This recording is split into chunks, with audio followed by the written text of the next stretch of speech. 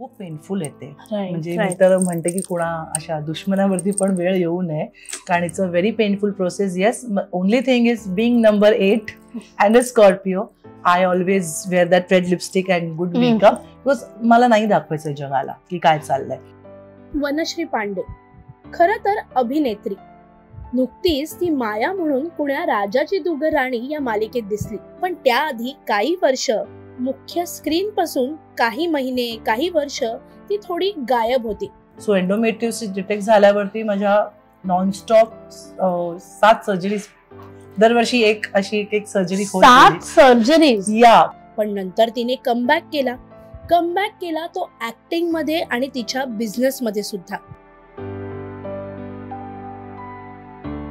पण मधल्या काळात जेव्हा ती गायब होती तेव्हा नेमकं घडलं काय, तर ती थेट मरणाच्या दारातून परत आली. मला 8वी पासूनच पिरियड सुरू झाल्यापासून उलट्या व्हायच्या, पोट फुगायचं, किंवा मी लो बीपी येऊन चक्कर येऊन माझा नवरा किती वेळा तरी ऍडमिट करायचं हॉस्पिटलमध्ये. पण चेहऱ्यावरनं तुमच्या काही दिसत नाही ना, चेहऱ्यावरती तुम्ही स्ट्रॉंग असता, तर लोक म्हणजे काय नाटक करते किंवा अरे एवढं काय, ही खूपच नाजूक आहे किंवा ही खूप सेन्सिटिव्ह आहे. हो, 1 नाही 2 नाही 3 नाही तर तब्बल 7 सर्जरी तिच्यावर झाल्या. आणि या दरम्यान घडला तो भयंकर प्रकार. अनेक डॉक्टरांनी फसवलं. I thank all the doctors. 21 डॉक्टरांनी मला उल्लू बनवलेलं आहे. प्रत्येक सर्जरी नंतर सर्जरी, आणि अनफॉर्च्युनेटली त्या सर्जरीमध्येही फसवणूक झाली की माझी ओव्हरी काढली असं रिपोर्ट देऊन माझी ओव्हरी काढलीच नव्हती. आणि एका पॉइंटला तर असं झालं की डॉक्टर बोलली की कारण पेन खूप व्हायचं, चेहऱ्यावरती दाखवत नाही ना आपण, तर ती म्हणाली की तू सायकोलॉजिस्ट कडे जा, तुझ्या डोक्यावर परिणाम. अनेकांनी टीका टोमणे दिले, पण यातून तावून सलाखून निघाली ती वनश्री, आणि म्हणूनच ती बनली आहे आजची वंडर वुमन. कशी आहेस मैत्रिणी, तुझी माझी हक्काची मैत्रीण मज्जा पेंगची मी चित्राली आज एका वंडर वुमनला भेटणार आहोत. वंडर वुमन या सेगमेंटला तुम्ही खूप प्रेम देताय, खूप छान कमेंट्स येत आहेत, खूप छान त्याच्यावरती रिॲक्शन्स येत आहेत. सो आज सुद्धा अशाच एका मैत्रिणीला भेटणार आहोत जिने जरा प्रवाहाच्या विरुद्ध जात स्वतःचा प्रवास केलाय. आहे तर ती अभिनेत्री, पण अभिनेत्रीच्या पलीकडे जाऊन तिचा प्रवास, तिचा लढा, तिचा स्ट्रगल नेमका कसा होता आणि आता तिच्यात काय बदल झालाय आणि का आहे ती वंडर वुमन ते जाणून घेऊया. चल भेटूयात. Hello, welcome. तर आलो आहोत वनश्रीकडे, तिला भेटणार आहोत. चला, वेलकम, कम इन. अभिनेत्री वनश्री हिला आपण भेटणार आहोत आणि ती आज वंडर वुमन काय आहे हे जाणून घ्यायला मी तर फार उत्सुक आहे, तुम्हीही असाल. सो वनश्री, कशी आहेस? अमेझिंग, आणि थँक्यू आल्याबद्दल. आणि आपण बसून गप्पा मारूया. आल्या तिच्या घरात इतकं छान वाइब्स आहेत आणि जिथे नजर जाईल ना तिथे छान सुंदर सुंदर गोष्टी आहेत. तो ते सुद्धा मला पाहण्याची खूप उत्सुकता आहे. शिवाय तिच्याशी खूप गप्पा मारायच्या आहेत. ती वंडर वुमन काय आहे ते जाणून घ्यायचंय. चला, वंडर वुमन काय असते, वेगळी असते का, असे सगळे प्रश्न आपल्याला कायम पडत असतात. पण हो, ती प्रवाहाच्या विरुद्ध जाऊन काहीतरी वेगळं करत असते हे मात्र नक्की. प्रत्येक स्त्री वंडर वुमन असतेच, पण आजची आपली वंडर वुमन आहे वनश्री. आणि अभिनेत्री म्हणून तुला आम्ही खूप छान पाहिलेलं आहे. पुण्या राजाची गतू राणी हे नुकतंच संपलेलं आहे, पण ते कारण नाही आज तिला भेटण्याचं. आजचं कारण जरा वेगळं आहे, कारण की अभिनेत्री म्हणून तिला पाहिलेलं आहे, ती आपल्याला आवडली आहे, तिचं काम, तिच्याबद्दल तुम्ही इतकं प्रेम दिलंय. पण त्या पलीकडे तिचा एक वेगळा प्रवास राहिलेला आहे, तिचा एक वेगळा कमबॅक राहिलेला आहे लाईफ मध्ये. ते सगळं जाणून घ्यायला आलाय. सो वनश्री, कसं सुरू झालं हे, आणि आता हा कमबॅकच्या आधी काहीतरी घडलं होतं, ते सगळं काय होतं? सो मॉडेलिंग मी करतच होते आधी, आणि मॉडेलिंग आणि ऍडव्हर्टाइजमेंट्स, मग डेली सोप, मग काही फिल्म्स, आणि मग अल्बम्स, असं सगळं छान सुरू होतं. आणि ऑफकोर्स लग्न, मुलगी, तो एक मोठा ब्रेक होता. आणि त्याच्यानंतर परत कमबॅक खूप इझिली झालं म्हणणार नाही, स्ट्रगल तो प्रत्येकाला असतो, तुला माहिती आहे. प्रॉपर रितसर ऑडिशन देऊन, काय म्हणतात, लुक टेस्ट देऊन मग तुम्ही सिलेक्ट होता आणि तसं काम मिळतं. पण लकीली मिळत गेलं काम, कारण काम हे खूप प्रामाणिकपणेच केलेलं आहे आणि आपले 100% देऊन केलेलं आहे. So that journey was amazing. आणि लकीली तेव्हा 3-3, 4-4 शोज करायची मुभा होती, त्यामुळे आम्ही प्रत्येक वेगवेगळ्या चॅनलवरती आमची सिरियल सुरू असायची. आता तसं शक्य नाही, आता एकाला एकच आपण करतो. पण त्यावेळेला 3-3, 4-4 शो सुरू होते, मॉडेलिंग सुरू होतं, मग कॅटलॉग्स मी जास्त करायचे. हे जे डिझायनर्स असतात तर त्यांचे जे कॅटलॉग्स असतात तर त्यांचे डिझायनर पीसेस घालून आम्ही फोटोशूट करायचो. तर ते व्यवस्थित सुरू होतं. पण मग 2012ला मला जसं एंडोमेट्रियोसिस डिटेक्ट झाला, ज्याबद्दल मी बरेचदा बोलली सुद्धा आहे. सो एंडोमेट्रियोसिस डिटेक्ट झाल्यावरती माझ्या नॉनस्टॉप 7 सर्जरीज, दरवर्षी एक सर्जरी होत. 7 सर्जरीज? या, कारण अनफॉर्च्युनेटली तो डिटेक्ट नाही झाला आजार. आणि डिटेक्ट झाल्यावरती त्या आजाराबद्दल जास्त माहिती नसल्यामुळे खूप डॉक्टर्सने एक्सपेरिमेंटच केले की आपण हे करून बघूया मग बरं वाटेल, मग ते करून बघूया बरं वाटेल. असं करता करता almost every year 1 surgery. Started from appendix, because my appendix was endometric. आणि त्याच्यानंतर तो जो प्रवास सुरू झाला, मग पिरियड्स बंद करणं आर्टिफिशियली, मग त्याच्यासाठी इंजेक्शन्स, गोळ्या, औषधं, हे सगळं सुरू होतं. पण एकच बेस्ट पार्ट वॉज की मी ऍक्टिंग सुरू ठेवलं. तेव्हा असावा सुंदर, स्वप्नांचा बंगला माझा शो सुरू होता, किंवा ललित 205, किंवा ग्रहण. प्रत्येक सर्जरी नंतर माझा एक नियम झाला होता, सर्जरी, मग एखादी फॉरेन ट्रिप, आणि मग एक डेली सोप. कारण त्या सर्जरीच्या ट्रॉमामधून बाहेर येण्यासाठी मला कुठेतरी बाहेर जावं लागायचं. पण वजनही वाढायचं. मग आलं परत 10-20 किलो वजन कमी करा आणि परत एखादा डेली सोप घ्या. आणि मी आईचे रोल, मावशीचे रोल, मामीचे रोल हे करायला ऍक्सेप्ट केलेच होते आणि लागलेच होते. बिकॉज काय ना, की तुम्ही ऍक्टर म्हणून जेव्हा येता तेव्हा मला असं वाटतं की तुम्ही हिरोईनच व्हायला पाहिजे. हा जो एक काय कॉन्सेप्ट आहे तो असायला हवा. पण हिरोईन नाही झाल्यामुळे आईच्या किंवा बहिणीचं, कारण मला असं वाटतं की एक ऍक्टर हा ऍक्टर असतो, तो हिरो किंवा हिरोईन किंवा विलन किंवा ह्यानी डिफाईन नाही होत, त्याला परफॉर्म करायला मिळतंय ना. तो ते माझ्या डोक्यात आधीपासून होतं की नाटकातनं सुरुवात केली तेव्हा म्हाताऱ्याचे रोल पण करायचो. सो तेव्हा तुम्हाला असं नको की मी हिरोईनच आहे किंवा हिरोचे. सो त्यामुळे मी आईचे, मावशीचे, आत्याचे, बहिणीचे अगदी ग्रेसफुली ते ऍक्सेप्ट करायला लागले रोल. कारण ही साईड जी होती माझी, every second day doctor, every 8 days sonography, every 3 months एक MRI, आणि एव्हरी डे 20-20, 22-22 गोळ्या. सो ही साईड विसरण्यासाठी माझी ही साईड जी होती ऍक्टिंग, ती सुरूच होती. आणि ऑफकोर्स पेन आपण दाखवत नाही, आणि मला तर बिलकुलच एक्झिबिट करायला आवडत नाही की आपण पेन मध्ये होतो आणि कोणाची तरी सिंपथी आपण घेऊन. सो त्यामुळे तू म्हणशील ना, तर एकीकडे इथे आजारपण आणि सर्जरीज, आणि एकीकडे इथे ग्लॅमरची दुनिया आणि चेहऱ्यावर मेकअप लावून. पण माय इंडस्ट्री किंवा shooting gave me that strength की you can get out of this mess, आणि रोज नवीन लोकांना भेटून, रोज नवीन सीन्स करून. तर त्यामुळे ना ती अशी पॅरलली चालली होती माझी लाईन, जी आयुष्याची लाईफ लाईन म्हणतो ती अशा पद्धतीने जात होती. I was very happy because I was able to do work. आज कितीतरी आर्टिस्ट ते घरी बसलेले आहेत, पण मग एका पॉइंट नंतर ना मला अजिबातच झेपेना, म्हणजे सेटवर चक्कर येणे किंवा पोटात दुखणे. आणि मग मला असं होतं की यार, माझ्या आजारपणामुळे 60 लोकांचं युनिट आहे, ते सफर नको व्हायला. आणि कुठेतरी मग ते जाडं body shame, I faced body shame a lot till date, की केवढी जाडी झाली आहे. हो, झाली आहे जाडी यार, because I had 7 surgeries, I had multiple steroids. लोक जे जज करतात ना, ते मला नाही आवडत. पण मनाश्री, या सगळ्यामध्ये म्हणजे तू म्हणतेस की तो जो आजार आहे तो डिटेक्ट व्हायला वेळ लागला. अनेक स्त्रिया असतील ज्या आजही ते फेस करत असतील. सो काय असतात, काय सिम्पटम्स असतात, किंवा कसं ते काय असं, how do you come out of it? Because आता तू त्याच्यातून गेलीयस, अनेकींना अजून माहितीही नसेल की ते कसं फेस करतात, किंवा त्याला काय सिम्पटम्स असतात, ते नॉर्मल असतात का, ते दुसऱ्या आजाराशी मिळणारे सिम्पटम्स असतात का. बिकॉज त्याचे 7 सर्जरीज होईपर्यंत you had to go through the pain, you had to go through the trauma. तुला त्याच्यातून बाहेर यायला आज तू इथे बसून बोलतेस, पण त्याच्या आधी तुझा जो प्रवास राहिला असेल किंवा ज्याच्यातून तू गेलीयस त्याच्यातून अजूनही कोण जात असेल, तर त्यांना काय काय सांगशील, कसा असतो तो एज? सो बेसिकली एंडोमेट्रियोसिस हा जो इनक्युरेबल डिझीज आहे, हा पिरियड्सशी रिलेटेड आहे.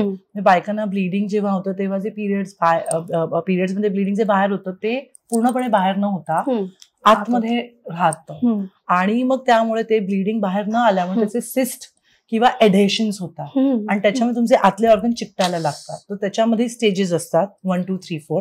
सो मला जेव्हा डिटेक्ट झालं त्या स्टेज 4 एंडोमेट्रियोसिस, जेव्हा माझे ऑर्गन सुद्धा एंडोमेट्रिक व्हायला लागले होते. So I was detected with grade 4 endometriosis with. पण मग त्याच्या आधी त्रास काय? मला 8वी पासूनच पिरियड सुरू झाल्यापासून उलट्या व्हायच्या, पोट फुगायचं, किंवा मी लो बीपी होऊन चक्कर येऊन मला नवरा किती वेळा तरी ऍडमिट करायचं हॉस्पिटलमध्ये. पण चेहऱ्यावरनं तुमच्या काही दिसत नाही ना, चेहऱ्यावरती तुम्ही स्ट्रॉंग असता, तर लोक म्हणजे काय नाटक करते किंवा अरे एवढं काय ही खूपच नाजूक आहे किंवा ही खूप सेन्सिटिव्ह आहे. पण मग या सगळ्याचा प्रेग्नन्सी मध्ये काही त्यावेळेला ते काही नाही ऍक्च्युअली एंडोमेट्रियोसिस असेल तर शक्यता कमी असते की तुम्हाला बेबी होईल. राईट. बट इन माय केस मला बेबी झाली. So it's a miracle baby, स्वामींची कृपा. पण एंडोमेट्रियोसिस मध्ये सगळ्यांसाठी ते वेगवेगळ्या पद्धतीने रिॲक्ट करतात. मला प्रचंड उलट्या व्हायच्या, पोट फुगायचं. पहिले 4 दिवस तर म्हणजे मी दिवसाला I tell you 4 to 6 painkillers I use to take. बापरे. माझ्या बरोबर सेटवरती जे जे काम करतात त्यांना माहिती की मी किती एकीकडे उलट्या करायचे, एकीकडे सीन करायचे, इतकं पेनफुल. पण हे सोनोग्राफीत येत नसल्यामुळे. अच्छा, सोनोग्राफी मध्ये ते दिसत नाही. हो. So it is on your की कारण तो डिटेक्ट व्हायला 7 ते 8 वर्ष लागतो आजार हा. अरे बापरे. कारण तुमचे पिरियड पेन कोणाचा कमी जास्त एक्झॅक्टली ते किती डॅमेज करतंय किंवा आतमध्ये किती त्याचं डॅमेज नाही झालंय हे सोनोग्राफीत येत नाही, MRI मध्ये किंवा एंडोस्कोपी मध्ये येतं. ओके. पण ते तिथपर्यंत जायची आपल्याला तेवढं हे होतं, डॅमेज झालेलं असतं. आपण काय गोळ्या घेतो की चल बरं वाटेल, लग्न झाल्यावर बरं होईल, बेबी झाल्यावर बरं होईल, आपण ते करत जातो. पण ते तसं नाहीये. आणि ह्याचे सिम्पटम्स म्हणशील तर प्रत्येकीचे वेगळे. कोणाला 40व्या वर्षी डिटेक्ट होतो, कोणाला 16व्या वर्षी. आता एका माझ्या डॉक्टरने सांगितलं की तिच्या 16 वर्षाच्या एका पेशंटला झाला, तिच्या लंग्स पर्यंत, ब्रेन पर्यंत पोहोचतो endometriosis. It spreads in your body ना, कारण ते रक्त बाहेर येत नाही, ते आतमध्ये अक्युमुलेट होतं. एक्झॅक्टली. सो त्यामुळे जेव्हा डिटेक्ट झाला तेव्हा सो कॉल्ड डॉक्टर्सने गिनीपिग म्हणून माझ्यावरती खूप प्रयत्न केले. आणि एका पॉइंटला तर असं झालं की डॉक्टर बोलली की कारण पेन खूप व्हायचं, चेहऱ्यावरती दाखवत नाही ना आपण, तर ती म्हणाली की तू सायकोलॉजिस्ट कडे जा, तुझ्या डोक्यावर परिणाम. म्हटलं how can I act my vomit, मी जी चक्करून पडते की माझा बीपी जो 60-80 होतो तो असं मी how can I act. I mean there has to be something you right. ती रिस्पॉन्सिबिलिटी घ्यायला तयार नाही. सांगितलं तू सायकोलॉजिस्ट कडे जा, तू ट्रीटमेंट घे. आणि एंडोमेट्रियोसिस हा इतका पेनफुल आजार आहे की त्याच्याबद्दल मी जोस्टॉकवर येऊन बोलले, मी खूप ठिकाणी बोलते. कारण पिरियड्स रिलेटेड बायकांना बोलायला लाज वाटते, ते ओपनली येऊन बोलत नाहीत. आणि एंडोमेट्रियोसिसमुळे बरेचदा इन्फर्टिलिटी इश्यूज होऊ शकतात. त्यामुळे बायका बोलत नाहीत, घाबरत नाहीत, लग्न होणार नाहीत, त्यामुळे आया गप्प बसतात. तर मी असं सांगेन की थोडे जरी पेनफुल पिरियड्स असतील किंवा उलट्या होत असतील, ज्या माझ्या बाबतीत झाल्या, कारण सोनोग्राफी नॉर्मल आल्यावरती मग पुढे काय ना, पण तुम्ही एंडोस्कोपी करा, MRI करा. जर तुम्हाला एबनॉर्मली पेन होत असेल, एबनॉर्मली तुम्ही उलट्या, मी दिवसाला 10-20 उलट्या करायचे पिरियड्स मध्ये किंवा 6 पेन किलर घेऊन झोपायचे, पोट लिटरली माझं असं एवढं फुगायचं.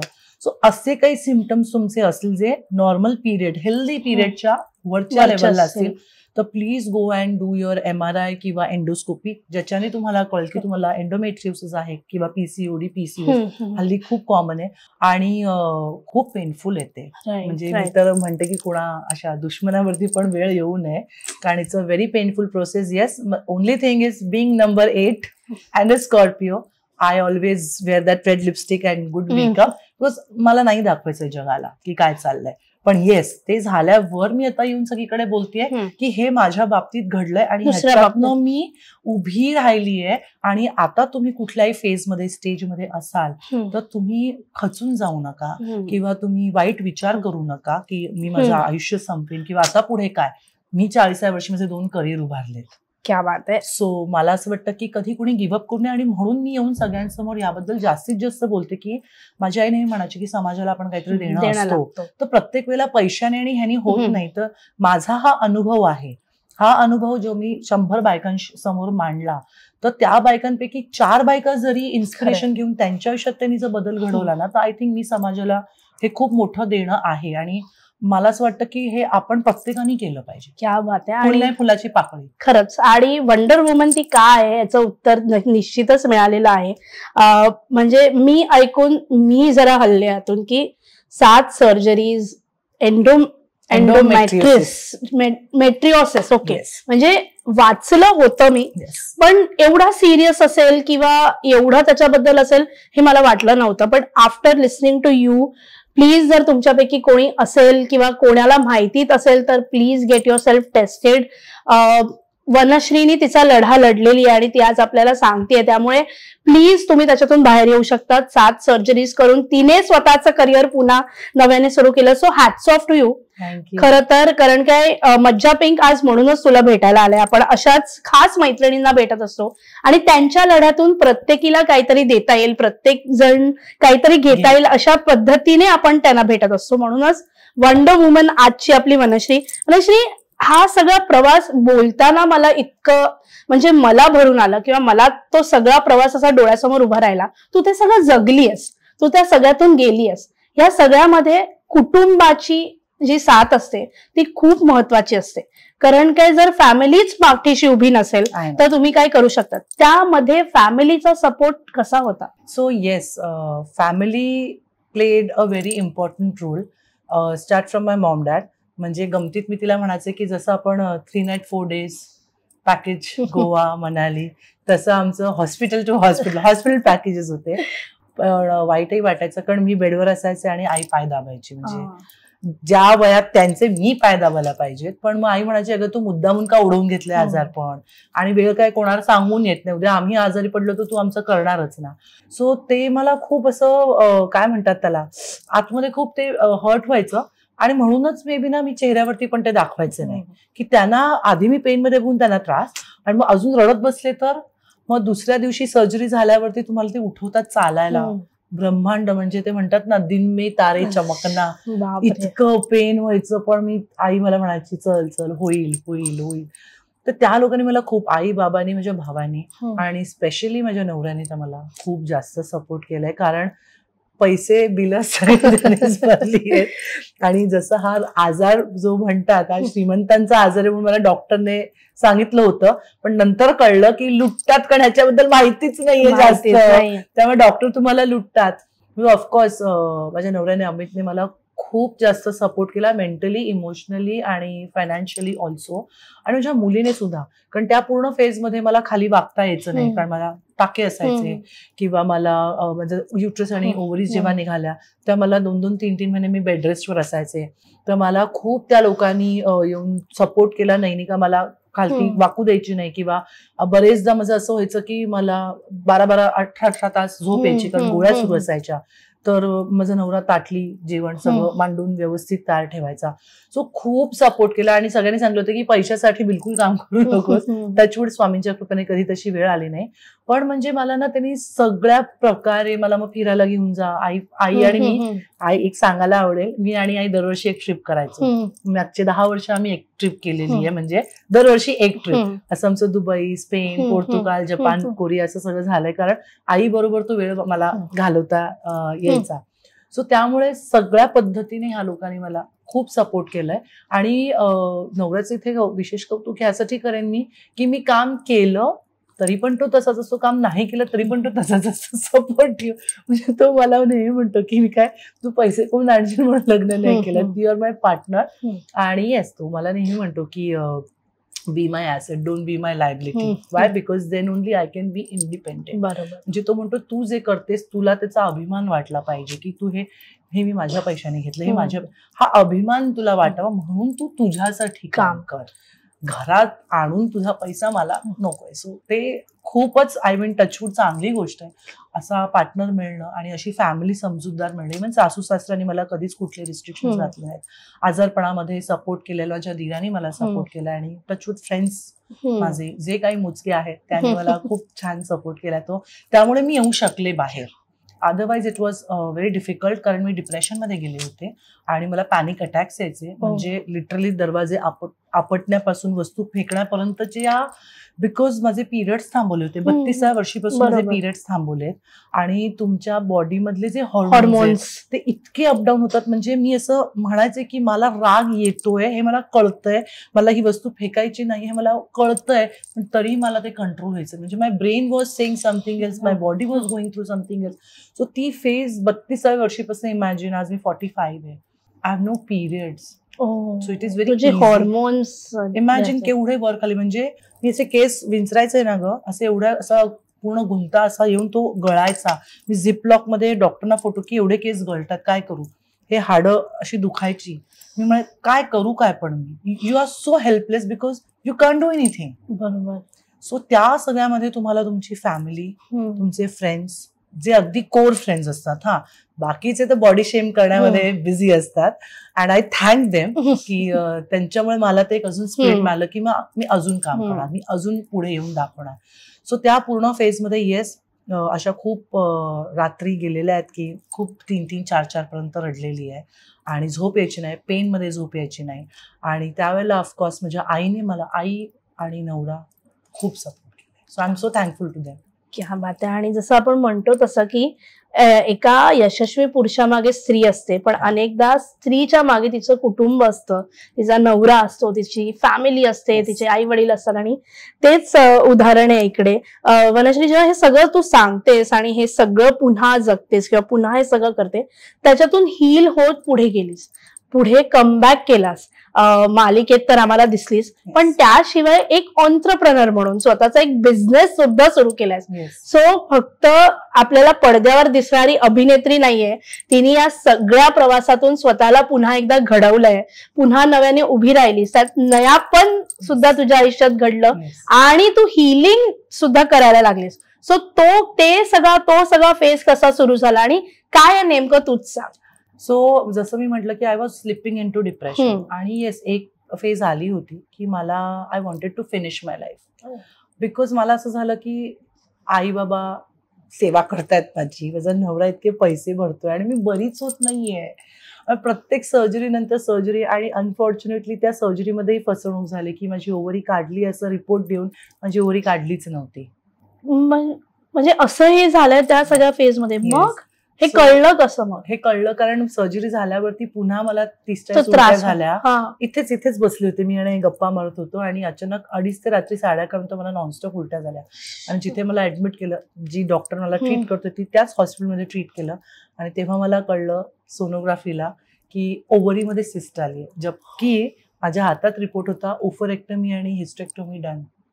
पण मग त्यांच्यावरती काही कारवाई किंवा काय? See I had a option to put a case against her, पण व्हाईट कोटने मला इतका त्रास दिला, मला ब्लॅक कोटकडे जायची इच्छा नव्हती टू बी ऑनेस्ट.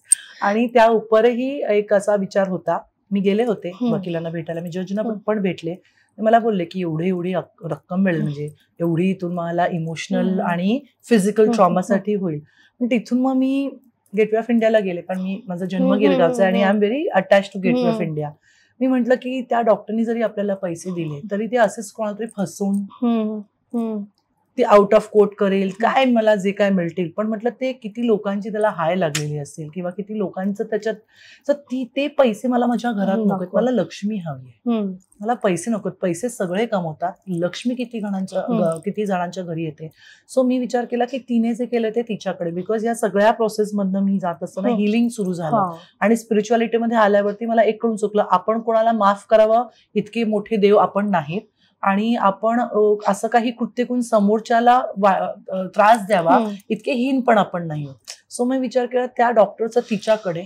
तिथून मात्र येस, तेव्हापासून मी मॅनिफेस्ट केलं की माझ्याबरोबर हे जे झालंय हे मला लोकांसमोर ह्यासाठी आणायचं की त्यांनी जागरूकतेने, फक्त डॉक्टर सांगतोय म्हणून फॉलो करणं नाही, तर स्वतःचा एक अभ्यास घेऊन तुम्हाला जर मनात प्रश्न आला तर प्लीज विचारा डॉक्टरांना. ठीक आहे, जास्तीत जास्त तो चिडेल ना, चिडला म्हणजे समजा की त्याच्याकडे उत्तर नाही, म्हणजे तिथे हा तो रेड फ्लॅग आहे. कारण तुमच्या डॉक्टरांचं काम आहे की इव्हन टीचरचं म्हण किंवा कोणाचं, तुम्हाला डाऊट आला तर तुम्ही विचारा, ते उत्तर देणार तुम्हाला.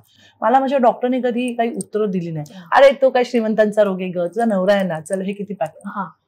सो हे असं होऊ नये, तर ते एक मी मॅनिफेस्ट करायला सुरुवात केली होती की माझी स्टोरी जगासमोर मी आणणार. कारण त्या पूर्ण प्रोसेसमध्ये मला आउट ऑफ बॉडी एक्सपिरियन्सेस यायला लागले, माझी स्पिरिच्युअल जर्नी सुरू झाली, मी खूप पुस्तकं वाचायला लागले, मला खूप वेगवेगळ्या प्रकारची लोक भेटायला लागली. आणि डिप्रेशनमध्ये जात असताना तुला सांगू का, तुला झोप येत नाही, तू इमोशनल इटिंग करायला लागतेस, तुझं वजन वाढायला लागतं आणि तुला कळतच नाही तू कुठच्या दिशेला जातेस. पण ह्या सगळ्यांमध्ये you can heal your life नावाचं पुस्तक माझ्या हातात आलं, लुई हेचं. तर त्याच्यामध्ये मला कळलं की तुमचे emotions, blocked emotions is a manifestation of your disease. When your life is not at ease you invite disease. मग ते पुस्तक वाचल्यावरती मला असं वाटलं की मी खूप सारे माझे इमोशन्स जे मी वेंट आउट केलेले नाही आहेत, त्यामुळे हे मॅनिफेस्ट झालेला आजार आहे किंवा या ज्या फेजमध्ये होते. मग हळूहळू मला आउट ऑफ बॉडी एक्सपिरियन्स झाला. म्हणजे जेव्हा तुमची बॉडी खूप पेनमध्ये असते ना, तेव्हा तुमचा सोल बॉडीपासून डिस्कनेक्ट व्हायला लागतो. आणि that is called OBE, out of body experience, जो मला 3-4दा झाला. आणि त्याच्यानंतर मग मी 2-3 बोलले तेव्हा कळलं की एक तर नियर डेथ एक्सपिरियन्स असतो, जे तुम्ही मेलेले मरता आणि तुम्हाला डिक्लेअर करतात किंवा डेथ, आणि again the soul come backs in the body and you come back in the life. OBE असतो की तुम्ही जेव्हा खूप पेनफुल सिच्युएशन मधनं जात असता तेव्हा तुमचा सोल तुमच्या बॉडीशी डिस्कनेक्ट होतो आणि again the soul comes back. So that experience changed my entire life. म्हणजे it's almost close to death ना, म्हणजे almost I wanted to end my life. आणि तो आउट ऑफ बॉडी एक्सपिरियन्स आल्यानंतर जेव्हा मी 1-2 हिलरशी बोलले तेव्हा मला कळलं की माझी स्पिरिच्युअल जर्नी सुरू झाली. सी, जोपर्यंत हे घडत नाही ना तोपर्यंत आपल्याला हे थोतांड वाटतं. त्यातली मी एक होते की हे काय फालतू, याचं काही नसतं, ह्याचं काय सोलबिल बाहेर येत नाही, डोक्यावर परिणाम नाही. But what I was going through, मी जे बघत होते, जे मला दिसत होतं. आता झेब्रा माउंटेन्स आहेत किंवा माचू पिच्चू माउंटेन, ह्यांची नावं मी ऐकली सुद्धा नव्हती, पण त्या प्रोसेसमध्ये मी तिथे जायचे. म्हणजे असा पण एक मोमेंट आला होता की मी MRI ला मशीन म्हणजे त्या बेडवर आहे, at the same time me gate of इंडियाला आहे, मी सगळ्यांना बघतीये आणि मी तिथे पण आहे. And then it's like chaos, total chaos. पण जेव्हा मग मी ह्याच्यावर पुस्तकं वाचायला लागले, सायंटिफिक अभ्यास केला, त्याच्यानंतर कळलं what I was going through. I was going through a spiritual shift. माझी स्पिरिच्युअल जर्नी, बिकॉज मी टोटली ग्लॅमर फील्ड मधली आहे, पण माझा पर्पज जो आहे लाईफचा तो हिलिंगचाच होता. सो कदाचित माझा पाथ असा होता आणि मी अशी जात होते. स्ट्रिक्ट टीचर कशी छडी मारते की अभ्यास, तसं आय थिंक युनिव्हर्सिटी छडी मारली की बाई तुला इथे जायचं, तुझा पर्पज बनश्री म्हणून हिलर आहे, तू ऍक्टिंग कुठे करते, चल इथे ये. So this was a toughest lesson, endometriosis. So I take endometriosis as a tough teacher who taught me how to value myself and how to serve others. आपण नुसतं ऐकतो आणि बोलतो आपण सर्व करायला पाहिजे, पण खरं सांगू कोणी करत नाही. मला असं वाटतं की आपण ज्या मनापासून देतो ना त्याच्यासाठी दानत लागते. अगं लोक तर डाएट सुद्धा सिक्रेट करतात.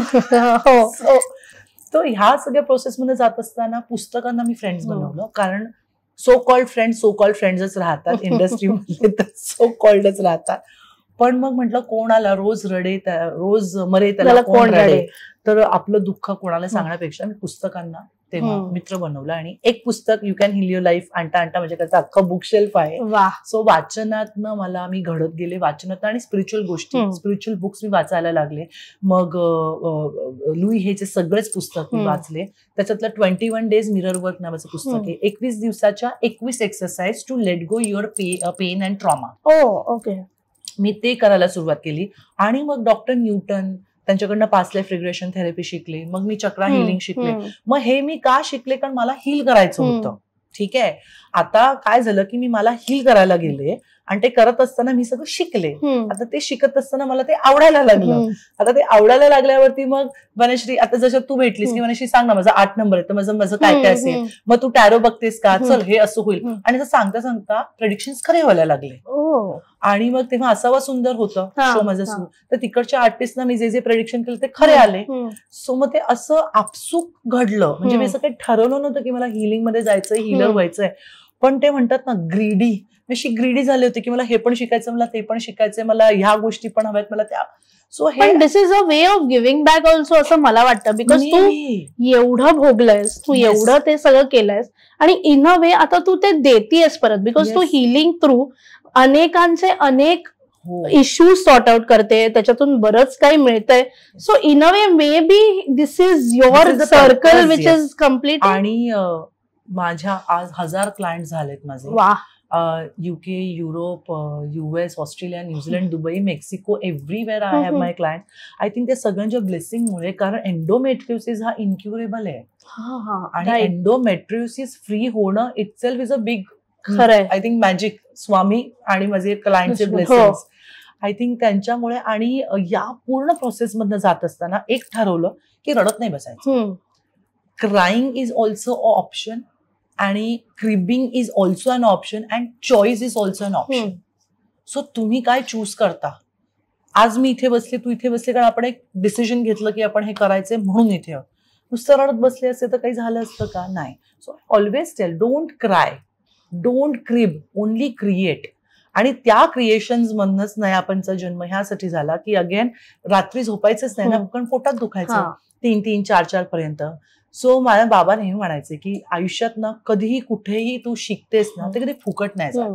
सो मी मॉडेलिंग करायचं आणि कॅटलॉग्स करताना साड्या आणि कफ्तान आणि सलवार कमीज. सो त्या डिझायनर्सवर काम करता करता मला असं वाटतं की ना आयुष्यात 2 प्रकारे माणसं घडत असतात. एक तर रिअल स्कूलमध्ये जाऊन आणि कॉलेजमध्ये जाऊन, आणि एक आयुष्याच्या स्कूल आणि कॉलेजमध्ये जाऊन टप्पे, टोणपे, धक्के, बॅकस्टॅब, त्याच्यानंतर जेलसी, इगो, हेल्प असं करत करत. सो ते मॉडेलिंग मध्ये जे मी कपडे, टेक्स्चर्स, ड्रेसेस, तर ते मला ना खूप त्याची आवड. आणि माझी style was always bold, unique. जे नॉर्मल लोक घालतात ना त्याच्यापेक्षा हटके. सो म्हटलं काय करू शकतो आपण. म्हटलं let's start with hand painted dupattas आणि फॅब्रिक ज्वेलरी. तर म्हटलं मग नाव काय ठेवायचं. तर माझ्या मुलीचं नाव नैनिका आहे आणि माझं सरनेम पांडे. तर म्हटलं की नयापन क्रिएशन्स असं नाव ठेवूया, कारण मला असं वाटतं ताजमहल जसा एक आहे ना, किंवा प्रत्येक स्त्री ही वेगळी आहे. खरं, तू जशीच तशी मी नाहीये म्हणून तू बेस्ट आहे मी वाईट आहे असं नाही. तू बेस्ट आहे मी पण बेस्ट आहे. तर मग तिचं स्टायलिंग, तिचे दागिने ते पण तेवढेच युनिक आणि बेस्ट असायला पाहिजे. सो माझ्या नयापनची खासियत ही होती की एक साडी एक दागिना, I don't repeat. Okay. So प्रत्येक वेळा तुम्हाला माझ्याकडे वेगवेगळं कलेक्शन, वेगवेगळे डिझाईन मिळतील, बिकॉज प्रत्येक स्त्री ही बेस्ट आहे आणि युनिक आहे आणि तिने रिपीट काहीच नाही केलं पाहिजे लाईफमध्ये. मे बी मी त्या रिपिटेटिव्ह 7 वर्ष सर्जरीमध्ये होते. सो आय वॉन्टेड की रोज काहीतरी नवीन पाहिजे, रोज काहीतरी. सो त्यातनं नयापन क्रिएशन्सचा जन्म झाला आणि 2 ते 2.5 वर्ष मी पूर्ण मुंबईमध्ये from Nariman point to Mira road 2 एवढ्या मोठ्या मोठ्या बॅगा घेऊन उचलून जायचे. सगळे एक्झिबिशन्स मी केले. I use to be sold out. सगळे दागिने, साड्या सगळे बंद. तू आता अनेक अभिनेत्रींचं स्टायलिंग पण करतेस. आता गुंजाचं केलं होतं आणि समिधाचं केलं होतं. Even भार्गवीचं styling. भार्गवी तर माझ्या गमछा क्रिएशन्सची फेस आहे, मॉडेल आहे. भार्गवी तेच शूट केलं होतं आम्ही. त्याच्यानंतर दीप्ती देवी आहे, माधवी निमकर आहे. तर ह्या लोकांना जेव्हा फंक्शनला जायचं असेल त्यांना काहीतरी हटके हवं असेल, मग त्यांच्यासाठी मी स्टायलिंग करते. माझी स्पेशालिटी ही अफगाण ज्वेलरी, अजरक साड्या, अजरक, आणि मी माझ्या फ्युजन साड्या बनवते ज्याच्यामध्ये तुम्हाला जसं हवं त्याच्या कस्टमाइज करून देते. म्हणजे अजरक, इकत, रॉ सिल्क असं मिक्स करून फ्युजन करून मी देते. ऑफकोर्स ती त्या कॅटेगरीमध्ये साड्या नेसणाऱ्या बायका कमी आहेत, कारण काही लोकांचं असं म्हणणं असं की ते पॅचवर्क वाल्या साड्या आहेत, पण त्या खूप एस्थेटिकली ब्युटिफुल साड्या आहेत आणि ते कुठलेही पॅचेस लावून चालत नाहीत अगं. कलर कॉम्बिनेशन, मटेरियल, मग ती साडी जड होते की हलकी होते, तर खूप सारे लुक कसा दिसतो. एक्झॅक्टली. सो त्या समोरच्या व्यक्तीला सूट होतं की नाही, पर्सनॅलिटी, तुमचा टोन, तुमचं प्रोफेशन, तुम्ही कशा प्रकारे कुठे त्यावरची ज्वेलरी पण. एक्झॅक्टली. आता हे असं घालून मी सोशल वर्क करायला नाही जाऊ शकत, बरोबर. हे असं घालून मी लग्नातही नाही जाऊ शकत, पण असं घालून मी किटी पार्टीज ना. सो तुम्हाला ते माझे कस्टमर्स जेव्हा येतात तेव्हा मी विचारते की तुमचं प्रोफेशन काय, तुमचं बजेट काय आहे आणि तुम्ही कुठल्या लोकांमध्ये मिंगलअप होता, त्या हिशोबाने तुमचा पेहराव पण असला पाहिजे. सो नयापनची ती खासियत आहे की तुमच्या बजेटमध्ये, तुमच्या प्रोफेशननुसार, तुमच्या पर्सनॅलिटीनुसार तुम्हाला जे सूट होईल ते मी करून देते. तू साडी ड्रेपिंग पण काहीतरी वेगळ्या पद्धतीने करते, बिकॉज मी बघितलंय की तू वेगळ्या वेगळ्या पद्धतीने साडी ड्रेप्स करण्याची काहीतरी एक पद्धत आहे. सो ते काय वेगळं असतं त्या साडीमध्ये? मला I feel I'm a global citizen and I travel a lot because of my husband's job. He was in IT. So I stayed in US, UK. मी कंट्री साईड्सना जाते. इव्हन इंडियामध्ये आई बाबांबरोबर खूप फिरल्यामुळे अगदी काश्मीर टू कन्याकुमारी सगळं झालेलं आहे फिरून. सो मला असं असतं की मी ज्या गावात जाते किंवा ज्या ठिकाणी जाते तिकडच्या लोकांचा पेहराव बघते आणि मग मी ते घरी येऊन माझ्यावर ट्राय करते आणि मॉडेलिंग करत असते. त्यामुळे आम्ही वेगवेगळे ड्रेस. आता तर लेक पण आहे ना, तिच्यावरती पण ट्राय केलं, पण तिला नाही आवडत. मला वाटलं एक घरी घालतात ना, मला वाटलं घरी एक हक्काचं मॅनिक्विन आहे मीच मॅनिक्विन पण मीच, टेलरकडे जाणं पिशवी असून पण मीच, टेबल लावणं पण मीच, विकणं पण मीच, बिल पण मीच, वन वुमन आर्मी. येस, कारण आय थिंक ती एक बाई आणि ते 10 हात असतात ना, ते खरंच आपण ऍक्च्युअली. कारण आपण तसं करतो. सो मला वेगवेगळे ड्रिप्स यासाठी आवडतात. अगेन मला जे सगळे तू सुरुवातीला म्हणाली ना प्रवाहाच्या उलट्या दिशेला जाऊन, सी प्रवाहाच्या उलट्या दिशेला जाण्याची एक तर हिंमत लागते, तसे सिच्युएशन्स पण असावे लागतात. आणि तिसरी गोष्ट, लोक काय म्हणतील ह्याच्यापेक्षा तुम्ही तुमचं किती म्हणणं ऐकता हे माझ्यासाठी महत्वाचं आहे. मी लोकांनी कॉम्प्लिमेंट द्यावं म्हणून नटत नाही, हे मला आवडतं म्हणून मी तसं करते. सो साडी ड्रेपिंग पण तिथूनच आलं. आता प्रत्येक वेळेला मी वेगवेगळ्या ड्रेपची साडी, जसं आता आपण अवॉर्डला भेटलो होतो, मी बेंगॉली साडीला ब्लेझर, पण मी इथून वरनं असं टक केलं होतं, सो त्याला वेगळा फॉल आला होता. सो मला एक्सपेरिमेंट करायला खूप आवडतं आणि असं वाटतं की एक्सपेरिमेंट केल्यावरतीच एक्सपिरियन्स येतो. सो तो एक्सपिरियन्ससाठी एक्सपेरिमेंट करणं गरजेचं असतं. आणि रोज तेच सगळं वरण भात भाजीपोळी रोज खाऊ शकतो काय? नाही. मग तुम्ही साडी पण किंवा ड्रेस तेच कसं, यू हॅव टू हॅव तडकाची, त्याच्यात नयापण पाहिजे, त्याच्यात नयापण. म्हणून नयापण मध्ये वेगवेगळे ड्रेप्स पण मी शिकवते, वेगवेगळे दागिने. तर अफगाण आहे, फॅब्रिक आहे, नागा बीड्स ज्वेलरी, जे गोलू ट्राईब्स आणि खूप वेगवेगळे ट्राईब्स आहेत, त्या तिकडच्या ट्राईब्स बरोबर टाईप करून मग तिकडे गेल्यावरती मी बरंचसं घेऊन येते. आणि येस, स्टाईल थोडी बोल्ड आहे, कारण I feel every woman is bold. आणि ते स्टेटमेंट आहे ना, ते उठून दिसलं पाहिजे. ट्राय नाही करत बायका, त्यांनी ट्राय करायला पाहिजे. आणि विशिष्ट वेगळं ड्रेपिंगचं ह्याच्यात नाही की तुमची पर्सनॅलिटी तुमची उठून दिसते. एक नऊवार मध्ये जी ब्युटी आहे तीच बेंगॉली साडीमध्ये, तीच मेखला साडीमध्ये आहे. आणि मी खूप सारे ड्रेप्स घरी स्वतः ट्राय करते आणि इट्स फन यार, इट्स ब्युटिफुल. सो आपण कधीतरी ह्या ड्रेपिंग बद्दल येस काहीतरी करूया, बिकॉज मी फार इंटरेस्टेड आहे आता हे ड्रेप्स बद्दल. पण हे करूया कधीतरी, आय एम थोडंसं काहीतरी कीन हे जाणून घेणार. पण जसा तुझा प्रवास म्हणतोय, नयापण मधून हिलिंग कडे पण तू वळलीस, आणि आता हे फक्त तुझ्या पुरता सीमित न राहता तू लोकांना सुद्धा हील करते. म्हणजे in a way you are giving back to the universe. हे सगळं कसं जमून आलं, जुळून आलं? सो नयापण सुरू झालं, व्यवस्थित एस्टॅब्लिश झालं. खूप साऱ्या शोजना मी गिफ्टिंग पार्टनर म्हणून पण जॉईन झाले. आणि एक नयापणचं एक वेगळंच वेव्ह तयार झाली होती की दागिने आणि हे. पण हिलिंग कुठेतरी मला असं वाटत होतं की ह्या सगळ्या प्रोसेसमध्ये हिलिंग नाही, म्हणजे चक्रा हिलिंग असेल, टॅरो कार्ड असेल, पेंड्युलम असेल, पास्ट लाईफ रिग्रेशन, या सगळ्यांनी ना माझ्यातल्या वेगळ्या वनिष्ठीचा जन्म होत होता. हिऱ्याला कसे पैलू पाडतात, आधी हातोडे ते तो जो मार आहे तो सहन करावा लागतो. आय थिंक ते घडत होतं. आणि त्या सगळ्यातनं हिलिंग मी सगळं शिकले. कारण मला ना, मी नंबर 8 आहे, मला कुठल्याही गोष्टीच्या खोल्यात गेल्याशिवाय ना मला चैन नाही पडत. मला सगळं डिटेल लागतं. मला असं वरवरचं करून काहीतरी केलं नाही, घेतलं खाईन तर तुपाशी नाही तर उपाशी, करायचं तर पूर्ण करा, नाही तर अजिबात करू नको. माझ्यासाठी दिवस किंवा रात्र, माझ्यासाठी तर अधेमध्ये नसतं. सो मी हे सगळं शिकले. आणि मग मी असा विचार केला की जर माझ्यासारखी एक ऑर्डिनरी नाईव्ह मुलगी 7 सर्जरीज फेस करून, झालेली फसवणूक फेस करून, जर एक नवीन करिअर 40व्या वर्षी उभं करू शकते, तर का नाही हे मी लोकांपर्यंत पोहोचवलं तर त्यांना फायदा होऊ शकेल आणि त्यांच्यामध्ये काही बदल घडू शकेल. आणि मला असं वाटतं की मी जेव्हा पृथ्वी सोडून जाईन, when I will die here, काहीतरी लोकांच्या स्मरणात राहणं गरजेचं आहे त्या ह्यानी. आणि दुसरी गोष्ट की त्या पेनमध्ये राहिल्यावर तुम्हाला किती हेल्पलेस वाटतं. मला कोणी, म्हणजे घरचे होते ऑफकोर्स, पण फ्रेंड्स म्हण किंवा बाकीचे कोणी लोक, त्या पेनमध्ये तुम्हाला वाटतं की कोणीतरी असावं तुमच्या बरोबर, खांदा देऊन वीक करायला नव्हे, हात धरून बाहेर त्यातनं खेचणारा तो हात. आणि आजकालच्या या धकाधकीच्या जीवनामध्ये कोणाकडे कान नाहीये, कोणी ऐकायलाच नाहीये, वेळ नाहीये, कोणाकडेच वेळ नाही. Because everybody is engrossed with their own busy life and engrossed with their own busy own problems. So nobody have time to give their ears. So मी म्हटलं की त्या फेजमध्ये असताना, मी ज्या फेजमधनं गेले, ठीक आहे, मला नवरा होता, आई होती, मुलगी होती, पुस्तकं होती, असे कितीतरी लोक आहेत त्या फेजमधनं जात नाही, त्यांना कोणीच नाही आहे. त्यांच्यासाठी माझा जो पर्पज आहे की लोकांना स्माईलच द्यायचंय चेहऱ्यावर आणि हील करायचंय. So Y can't I be a healer.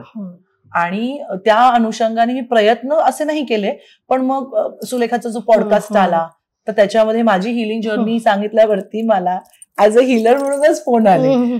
But I manifested की माझ्या बरोबर जी फसवणूक झाली आहे आणि ते मला लोकांपर्यंत येऊन सांगायचं, तर may be she was vibrating on that and I was vibrating. So दिल के करीब हॅपन्ड. अँड त्याच्यातनं तर म्हणजे ऍज अ हीलरची नवीन जर्नी सुरू झाली. आणि असंख्य कॉल. कालच मी चक्रा हिलिंग एका बाईला शिकवलं आणि तिथं जाताना मला म्हणाली की तू माझी प्लीज मैत्रीण, मला तू खूप आवडलीस. आणि ती पॉझिटिव्हिटी जी आहे, किंवा 2 क्लायंट्स आहेत ते लिटरली आत्महत्या करायला निघाले होते. त्यांना हिलिंग मधनं बाहेर काढून आज ते 3-4 लाख रुपये कमवतात. They are settled in their life. PhD holders LA ला आहे. She is going through some trauma, तिला त्यातनं बाहेर काढलं. सायंटिस्ट, फेसबुक, गुगल, म्हणजे इतक्या मोठमोठ्या ठिकाणी काम करणारे लोक आज माझे क्लायंट्स आहेत. आणि त्यांना मी त्यांच्या ब्लॉक मधनं बाहेर येण्यासाठी माझे टेक्निक्स किंवा माझ्या ज्या मोडॅलिटीज आहेत त्या कामी येत आहेत. हे जेव्हा ऐकते ना मी, आय फील सो ब्लेस्ड. पण हे सगळं खिशाला परवडणारं असतं का? ऍब्सोल्युटली. हे पण श्रीमंतांकडे. नाही. सो माझं फर्स्ट बेसिक कॉल असतो 999चा. See, I come from a middle class background. Okay. आणि मला लूट आणि आपण जे करतोय त्याची मिळकत त्याच्यामध्ये, आणि तू त्या सगळ्यातून गेल्यामुळे आय एम शुअर की हो. त्यामुळे 999 रुपयाला माझा पहिला कन्सल्टिंग कॉल असतो, ज्याच्यामध्ये मी तुमची पूर्ण केस हिस्ट्री घेते. आणि जर मला वाटलं की तुम्हाला सेशनची गरज नाही तर तुम्हाला मी रेमेडी 2-4 देऊन पण टाकते. I don't charge for that. पण yes, if you come for tarot, कारण हे सगळं शिकताना ना मी ह्या सगळ्यांना खूप फीस दिल्या. म्हणजे आता मी नवीन जो कोर्स करते त्याची पण ऑलमोस्ट 1 लाख फी आहे. सो सी, स्वार्थ आणि परमार्थ, मलाही जीवन जगायचंय, मलाही पैसे कमवायचे, पण मला पैसे कमवणं आणि लुटणं ह्याच्यातला फरक माहिती आहे. सो माझ्या क्लायंटला मी आयुष्यात कधी लुटणार नाही, पण मी जे देते त्याला, किंवा मी जे शिकलीये, किंवा मी जे काम केलंय त्याला जर मी रिस्पेक्ट नाही केलं तर समोरची व्यक्ती, आणि फुकटात दिलं तर लोकांना किंमत राहत नाही. खूप महाग दिलं तर लोक म्हणतात हे आपल्याला परवडत नाही. खूप स्वस्तात ठेवलं तर मग क्वालिटी कशी असेल, काय असेल हे विचार करतात. लोक सगळीकडूनच बोलतात. ऍब्सोल्युटली. त्यामुळे एक मिड रेंज अशी ठेवली की टॅरो जरी करायचं असेल तर 2,500, 4,500, 6,500 मी त्याच्यातही कॅटेगरी. म्हणजे मी की आता एखादी मिडल क्लास किंवा लोअर मिडल क्लास मधली बाई आली, ती बोलली की मला नाही परवडत, तर चल 2,500 आहे ना, मी त्याच्यात तुला रेमेडीज पण देते. सो कारण मला माहितीये की एखादी व्यक्ती पेन मध्ये तेव्हाच ती माझ्याकडे येते, आणि त्या व्यक्तीला लुबाडणं हा म्हणजे स्वामी तर मला फटकेच मारतील वरनं, पण फुकट जरी दिलं ना तरी स्वामी फटके मारतील. कारण तुम्ही जर आज 2,500 आणि 5,000ची पैठणी नेसू शकता ना, तर मग 2,500 आणि 5,000चं तुम्ही सेशन का नाही घेत? बरोबर. आज माझ्याकडे कित्येक बायका ज्या 50,000ची साडी नेसतात पण ते सुंदर दिसत नाही. मी साधी 2,000ची साडी नेसून जाते, ते म्हणतात तू छान कशी दिसते. म्हटलं मी आतनं खूप हॅपी आहे. तुमच्या आतल्या हॅपीनेस किंवा तुम्ही जे सेल्फ लव्ह इतकं मिसगाइडेड आहे, मी तुला सांगू. सेल्फ लव्ह इज नॉट जाऊन हेअर स्पा करा आणि डिस्क मध्ये जा आणि शॉपिंग करा.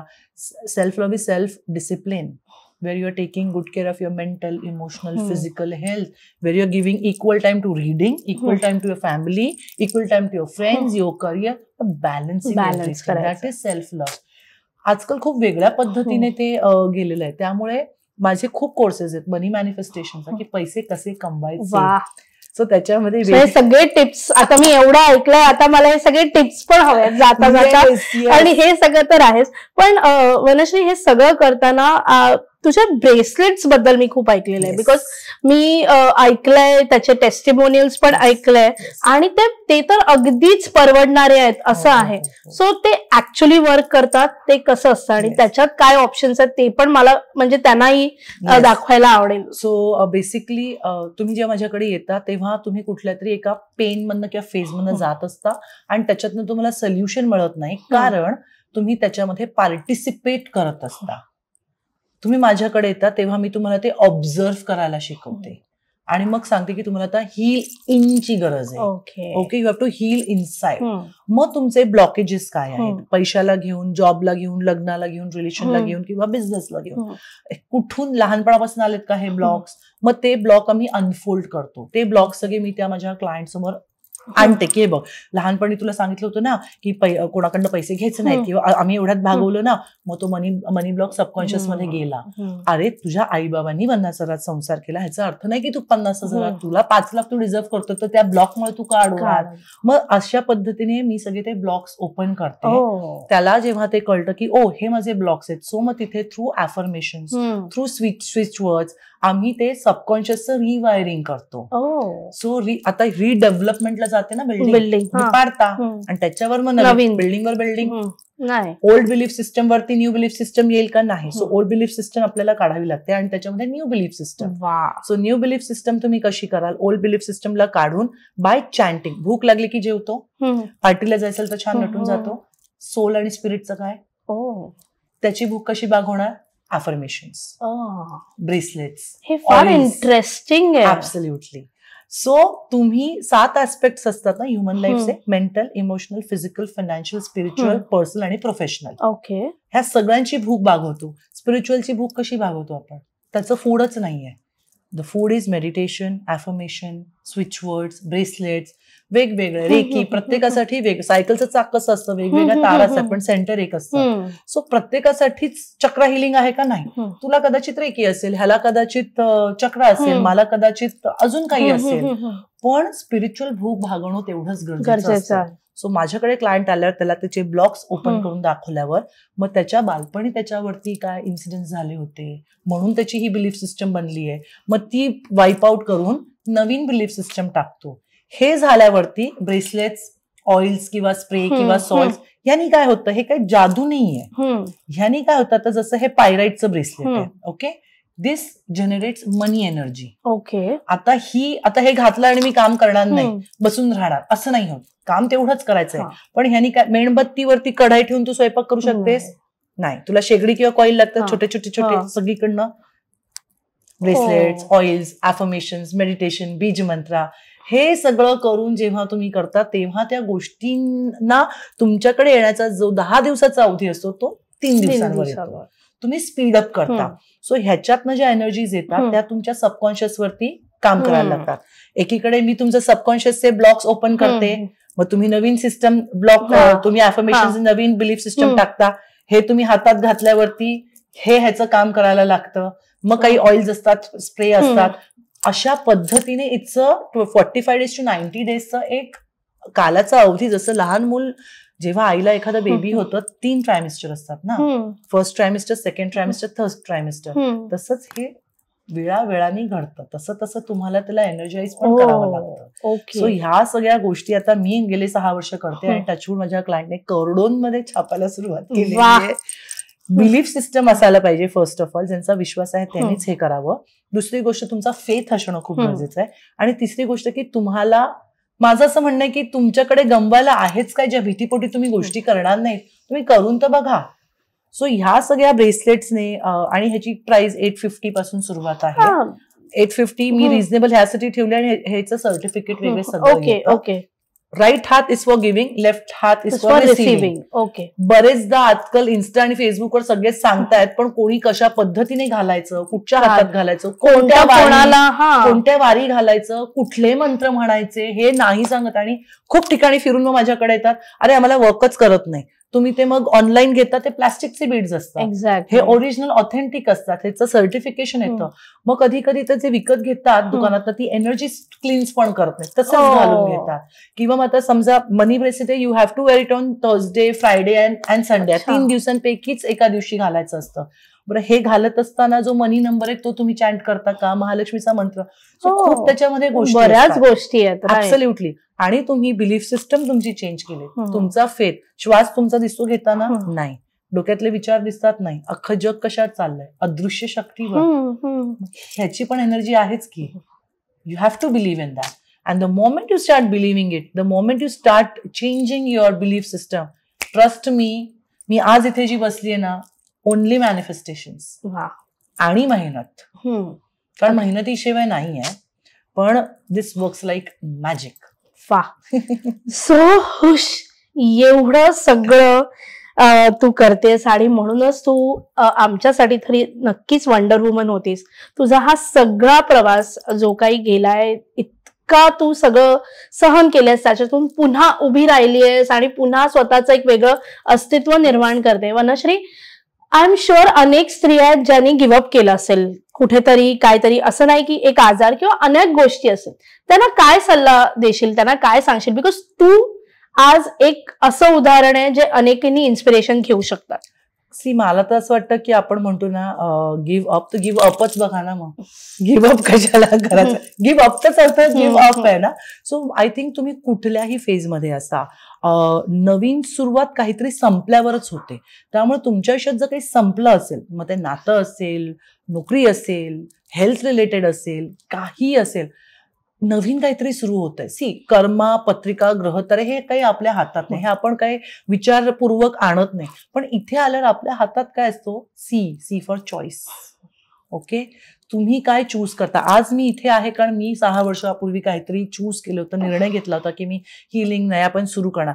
तुमचं आयुष्य तुम्ही काय निवडता ह्याच्यावरती तुमचं फ्युचर घडत असतं. कारण आपल्या लाईफमध्ये आपण रिवाइंड नाही करू शकत, फ्लॅशबॅक्स मिळू शकतात.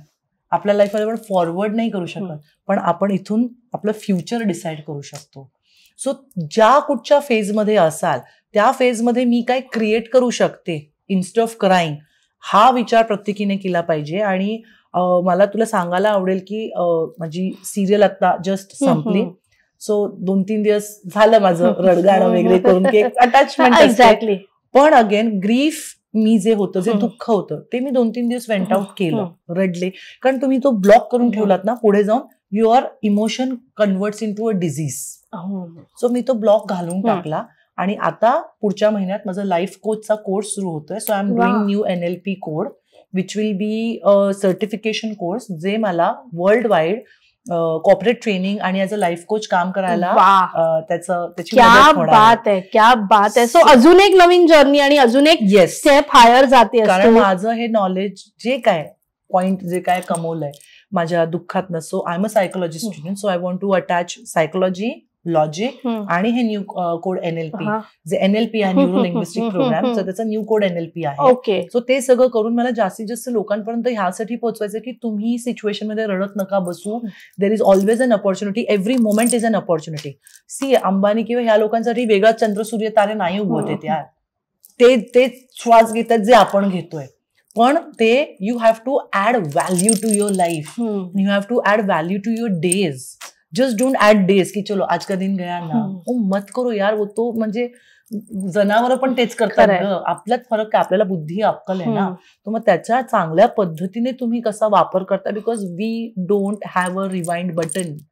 जे काही ते आत्ता आहे, त्यामुळे तुम्ही जास्तीत जास्त काय क्रिएट करू शकतो. चलो ये बंद हो गया ना, ये क्या, म्हणजे सेल बंद झाली, मी न्यू NLP शिकायला सुरुवात केली आहे. त्याच्यातनं आता मला अजून पुढे काय काय पुढे बघा. लाईफमध्ये मागे वळून ड्रायव्हिंग करताना तुम्ही मागे वळून करता का?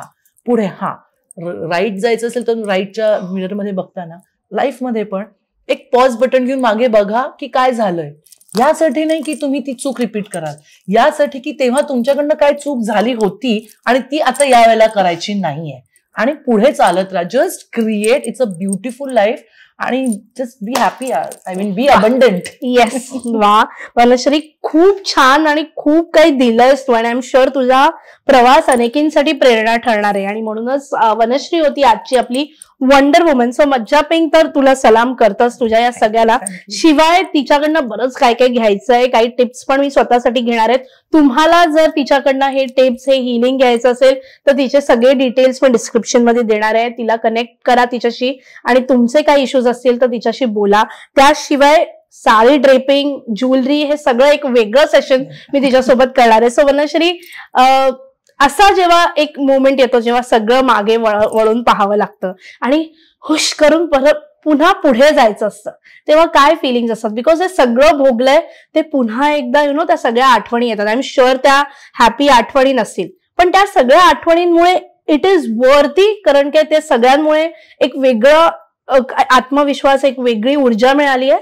Yes, I talk to nature. मला खूप आवडतं. नाव पण वनश्री आहे. सो माझं बालपण IIT पवईत गेलंय. So I grew up in lot of greenery. So मी प्रत्येक वेळेला जेव्हा मेडिटेट करायला खाली जाते इथे गार्डन मध्ये, पिकलेलं पान गळून पडतं, तिथे नवीन पालवी फुटते आणि छान नवीन त्याला. आत्ताचा सीझन साकुरा, मी बघायला मुद्दाम गेले ते कोरियाला. सांगायचा उद्देश असा आहे की जोपर्यंत जुन्या गोष्टी गळून पडत नाहीत, अनवॉन्टेड गोष्टी, तोपर्यंत नवीन गोष्टी येत नाहीत. आय थिंक मी ॲज अ वनश्री ही वेगळ्या पद्धतीने घडण्यासाठी मला एंडोमेट्रियोसिस एका पेनफुल जर्नीमधनं जाऊन लोकांचं दुःख काय आहे, because I am a very empathetic person, my personality is empath. मला लोकांचं दुःख असं वाटतं it is my pain. So त्या प्रोसेसमध्ये जाण्यासाठी हे एक घडलं होतं की now I can understand your pain. आणि आता मागे वळून बघताना मला नेहमी फिनिक्स बर्डची आठवण येते. कारण राखेतनं नेहमी तो पक्षी येतो आणि मला नाही वाटत कधी थांबायला पाहिजे लाईफमध्ये.